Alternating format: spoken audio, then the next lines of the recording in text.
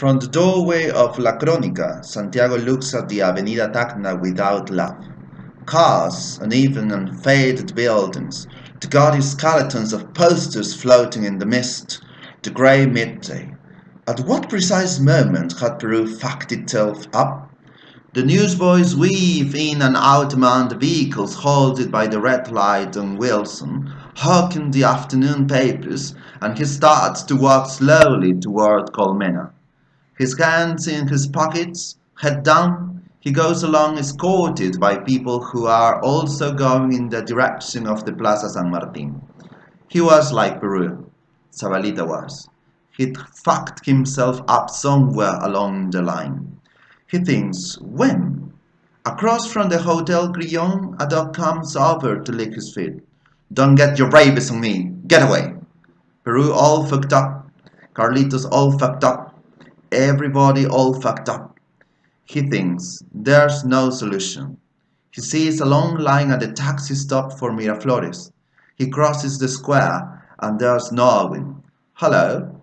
At a table in the Cela bar. Have a seat, Zabalita. Fondling a Chilcano and having his shoes shined, he invites him to have a drink. He doesn't look drunk yet, and Santiago sits down, tells the bootblack to shine his shoes too. Yes, sir, boss. Right away, boss. They look like a mirror, boss. This is how one of the most important novels in the Spanish language in the 20th century starts. This is the first paragraph of Conversation in the Cathedral, written in 1969 by Mr Vargas Llosa. The conversation itself between the two protagonists is set in the 1960s, one decade after the facts, all the facts mentioned and framed in the dictatorship of General Odría in the 1950s. Everything starts when the protagonist, Santiago Zavala, goes to a dog pound to rescue his dog. There he meets Ambrosio, who had been his father's chauffeur. They end up in a bar called the Cathedral. They had a long conversation for about 4 hours.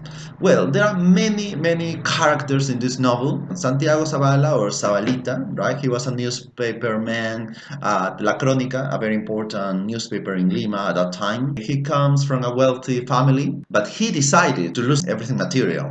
Cayo Bermudez was the head of the police and the intelligence service. He had also been a minister of Odría's government. He embodies political repression. Queta had been a prostitute and he was friend of the muse, or Hortensia. Hortensia had been Bermudez's mistress.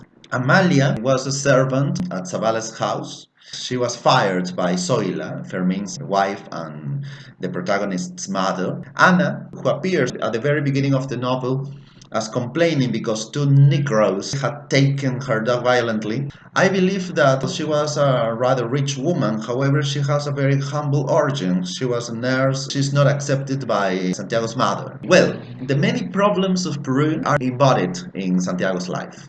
Fucked up, not having ambitions, okay, being mediocre, having had dreams, emphasis on the past, on before, having had political illusions, having come from a wealthy family, not finishing his studies. Those many problems of our country are also embodied in Ambrosio's life, being on the run, discriminated constantly, having temporary, badly paid jobs. There are other aspects, general concepts throughout the novel, from beginning to end. Male chauvinism, repression, dictatorship, corruption at all levels, racism, double standards, especially that, lack of hope. So I can't avoid feeling sad. My country hurts. A grey atmosphere, like the grey foggy Lima sky that covers everything. All the stories are apparently unconnected, yet they fit perfectly with each other to depict our country, with some issues not solved yet. I recommend reading this novel. When you read that, at parts it might feel kind of tedious, even boring, but in the end you will understand everything and you will regret not having read that before. That's all.